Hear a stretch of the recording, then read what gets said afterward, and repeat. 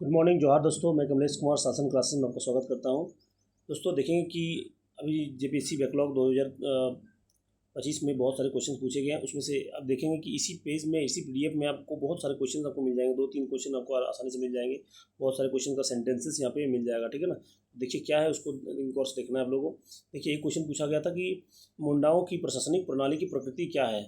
Option था आपके पास राजतांत्रिक, गणतांत्रिक, कुलीन तांत्रिक या अल्पतांत्रिक या तानाशाही, ठीक है ना। यहाँ पे स्पष्ट रूप से दिया है कि मुंडा मान की जो पढ़ा व्यवस्था, प्रशासनिक व्यवस्था कि भारत की प्रथम जनतांत्रिक व्यवस्था है, ठीक है ना। ये स्पष्ट रूप से दिया हुआ है, देख रहे हैं यहाँ पे। ये क्यों ऐसा बोला जाता है, देखिए तो क्योंकि आपको पता होगा, एक आप जानते होंगे जो ऋषा मुंडा है, मदरा मुंडा है, तो मदरा मुंडा ने फनी मुकुट राय को अपने सत्ता सौंपी थी, ठीक है ना। तो उन्होंने ऐसा क्यों किया, इसके पीछे कारण ये था कि मदरा मुंडा जब आए थे तो मदरा मुंडा 21,000 लोगों के साथ आए थे। कितना?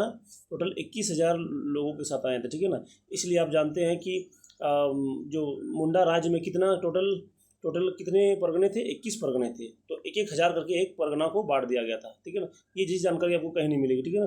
तो ये 21,000 जनसंख्या को 21,000 करके 21 परगने में बांट दिया गया।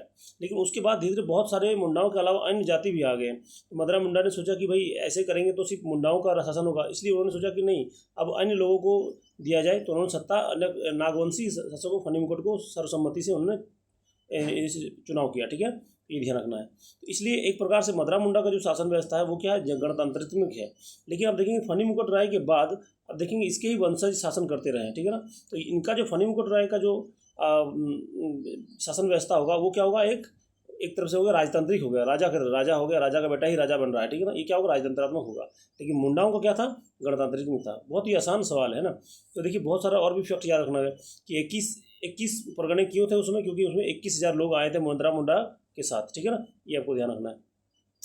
इसके अलावा देखिए पिछली बार जेपीएससी बैकलॉग में शायद या रेगुलर में क्वेश्चन पूछा गया था कि पढ़ा राजा क्या करता है, 15% टैक्स लेता है। वो कहीं पे नहीं मिला था, वो आपको यहाँ पे मिल गया। देखिए कोई राजस्व नहीं लेता है, ठीक है ना। तो वो स्टेटमेंट गलत हो जाता है ना। यदि ऑप्शन शायद मेरे ख्याल से वो बैकलॉग में है, बैकलॉग 2023 में है। उसमें पूछा गया था पढ़ा राजा 15% टैक्स लेता है, तो उसमें ये स्टेटमेंट यहाँ पर दिया हुआ है कि कोई भी टैक्स नहीं लिया जाता है, ठीक है ना। और टैक्स नहीं लिया जाता है तो कैसे चलता है, तो एक दूसरे की सहयोग के माध्यम से चलता है, इसीलिए इसे सहकारी व्यवस्था कहा जाता है। सहकारी व्यवस्था के कारण क्या है, ये कोई राजस्व नहीं लेता है, ठीक है, इसलिए इसको सहकारी व्यवस्था कहा जाता है। देखिए एक एक लाइन में क्वेश्चन बना हुआ है, ठीक है ना। तो इससे पहले हम लोग इस वीडियो को पूरा कर लेते हैं। तो देखिए इस मैं पीडीएफ को सारा पहले ही बताता हूँ। देखिए जो भी मदरा मुंडा के साथ जो लोग आए हैं ना, कहाँ से आए हैं मदरा मुंडा से, आप देखते हैं ना, बिहार से होते हुए, पलामू वाले रीजन से पार करते हुए क्या इस क्षेत्र में सोन नदी के बाद आप देखेंगे ये मान लीजिए सोन नदी है। सोन नदी के बाद क्या है, उत्तरी कोयल नदी, उसके सहारे क्या होता है, आगे की ओर बढ़ते गए।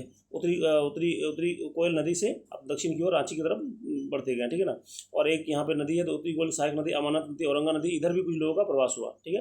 अब जब इधर आए तो उन्होंने अपना जमीन को, जंगलों को काट कर खेती करना चालू किया। जो जमीनों को जंगलों को काट कर जो खेत बनाना शुरू किया, तो जो खेत बना उस खेत को बोला जाता है, क्या बोला जाता है, खुटखुटीदार खेत बोला जाता है। एक परिवार से संबंधित लोगों को क्या कहा है, खुट कहा जाता था। इसलिए वही चीज़ खुट, और पूरी व्यवस्था को क्या कहा जाता है, खुटखुटीदार व्यवस्था कहा जाता है। तो ये मूल रूप से है। तो दो प्रकार की जमीन बनी। जब 21,000 जो लोग आए मदरा मुंडा के साथ, तो मदरा मुंडा और 21,000 लोग जो थे उनसे मिलकर क्या बना, 21 परगना का निर्माण हुआ। ये लोग मूल खूट के हो गए, ठीक है ना। इसको क्या बोला था, इन लोगों को क्या बोला है, मूल खुटखुटीदार बोला जाता है, ठीक है। देखिए तो यहाँ पे देखना पड़ेगा कि यहाँ पे देखिए, तो यहाँ पे दिया नहीं है, लेकिन पिछले बार पीडीएफ में दिया हुआ है। जो पुराने जो पहले आए वो क्या हो जाएगा, मूल खुटखुटीदार हो जाएंगे। और उसके बाद जो आएंगे, हाँ यहाँ पे देख सकते हैं, ये गांव नए जरूर थे। उसके बाद जब जैसे जैसे जनसंख्या बढ़ने लगी, जनसंख्या बढ़ने के कारण क्या हो गया, उनका एक्सपेंशन होने लगा।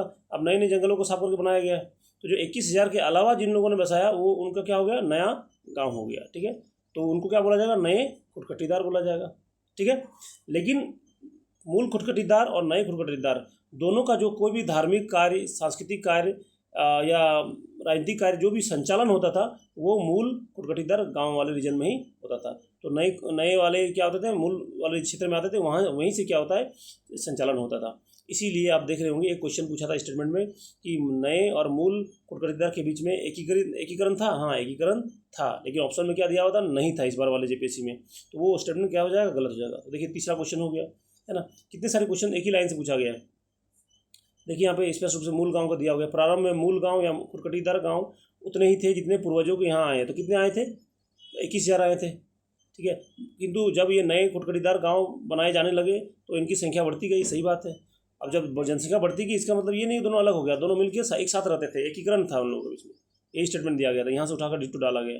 अगर अर्थात अगर कोई एक पैतृक खुटखटीदार गाँव था जो उसी गाँव की खुटखटीदार दूसरी जगह पे अलग अलग गाँव में बसाए गए थे, ऐसे गाँव की संख्या अधिक हो गई तो इन खुटखटीदार गाँवों की पंचायत व्यवस्था डेवलप हो गई। धीरे धीरे क्या हो गया? पंचायत का निर्माण हो गया और ऐसे विभिन्न गाँवों को मिलाकर पढ़ा का निर्माण हो गया, ठीक है। ये सारा चीज़ आपको दिया होगा।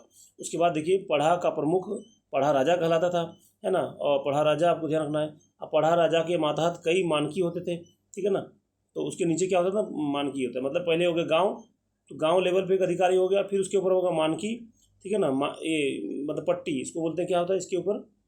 पट्टी, ठीक है ना, पट्टी। और इसके ऊपर होता है पढ़ा, ठीक है ना। तो गांव का अलग प्रधान, गांव का प्रधान क्या हो जाएगा? मुंडा हो जाएगा। पट्टी का प्रधान क्या हो जाएगा? मानकी हो जाएगा। और पढ़ा का प्रधान क्या हो जाएगा?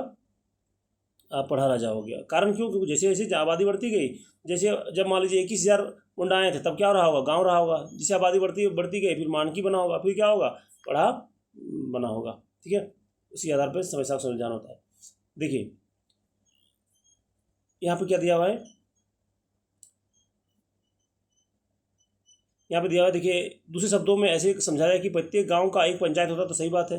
इसका प्रमुख कौन होता था? मुंडा होता था। और कई कई ग्राम पंचायतों को मिलाकर पट्टी बनता था, ठीक है। और पट्टी का प्रमुख कौन होता था? ये हायरार्की बना लीजिएगा, है ना। इसका मैं फ्लो चार्ट भी बना दूंगा एक बार। तो कई पट्टियों को मिलाकर क्या बनता था? पढ़ा बनता था। पढ़ा का हेड कौन होता? पढ़ा राजा होता था। और पढ़ा प्राय एक ही किले के सदस्य होते थे। देखिए ये भी सेंटेंस को पूछ लिया गया था डिट्टो, है ना। पढ़ा प्राय एक ही किले के सदस्य होते थे, ये आपको ध्यान रखना है, ठीक है। उसके बाद यह पढ़ा पढ़ा का भी एक पंचायत होता था जो पढ़ा पंचायत कहलाता था, ठीक है ना। और इस पंचायत में 5 कार्यपालक होते थे, कार्यपालक अधिकारी होते थे, एग्जीक्यूटिव ऑफिसर होते थे जो राजा के अधीन कार्य करते थे। ये कौन थे? पढ़ा राजा के अधीन कौन थे? 5 अधिकारी थे, है ना। इसको याद रखने का तरीका क्या है? दीपक लाट, है ना। ऐसे याद रख लीजिए, दीपक लाट, दीपक लाट, है ना। दीवान, पांडे, कर्ता, लाल और ठाकुर, ऐसे याद रख लीजिएगा, दीपक लाट। ये सभी पद खानदानी होते थे। खानदानी मतलब वंशानुगत होते थे ना। और वंशानुगत में कैसे होते थे? जो बड़ा बेटा होगा मतलब ज्येष्ठाधिकार की परंपरा चलती थी, ठीक है ना। आपको पता होगा उत्तर वैदिक काल में भी क्या था? ज्येष्ठाधिकार की परंपरा थी। जो बड़ा बेटा होगा वही राजा पहले उसके उस पद को धारण करेगा।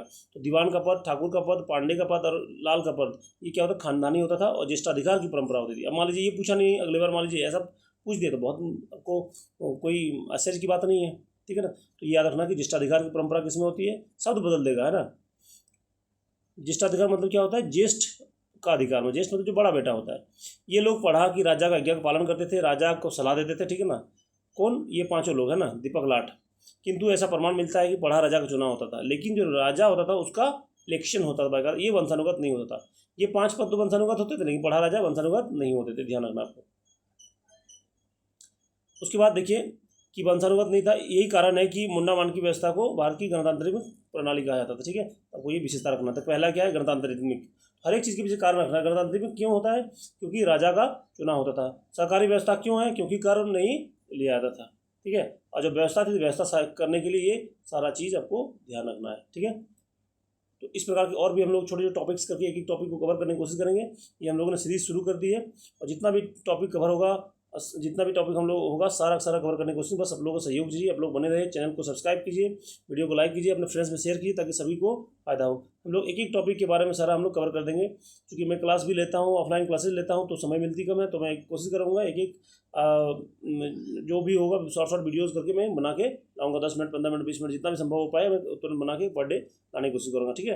आप लोग जुड़े रहिए। और कोई भी आपको लगता है कि कौन कौन सा टॉपिक करना चाहिए या सिलेबस, देखिए पढ़ाने का तरीका तो 2 अलग तरीके से हो सकता है। देखिए पढ़ाने का तरीका क्या होता है? ये पहले ज्योग्राफी पढ़िए, है ना, फिर हिस्ट्री पढ़िए, ये फिर क्या होता है? पॉलिटी पढ़ना है, ये सीक्वेंस है, समझे। तो आप ज्योग्राफी नहीं पढ़ेंगे तो उसके बिना फिर हिस्ट्री समझ में नहीं आएगा, कभी भी नहीं समझ में आएगा। वो कैसे होगा मैं बताऊँगा, वो मेरा तरीका है, वो मेरी जिम्मेदारी है, ठीक है ना। तो पहले ज्योग्राफी पढ़िए, फिर हिस्ट्री पढ़िए, यही करिए। आप यदि बोल रहे हैं कि नहीं किसी भी तरह से आप सर कोई भी टॉपिक चालू कर दिए, तो वैसे भी कर सकते हैं, वो आप लोग कमेंट करके बता दीजिएगा, उसके हिसाब से हम लोग शुरू करेंगे। ठीक है, तो ये मैंने एक पहल शुरू की है। इसके बाद आप लोगों के रिक्वेस्ट पे आप लोगों ने बहुत बोला था कि सर आप लोग क्लास चालू कर दिए, तो मैं उसी हिसाब से स्टार्ट करने का प्रयास कर रहा हूँ। ठीक है, तो इतना ही रखते हैं आज। थैंक यू, जय हिंद, जय जोहार, जय झारखंड।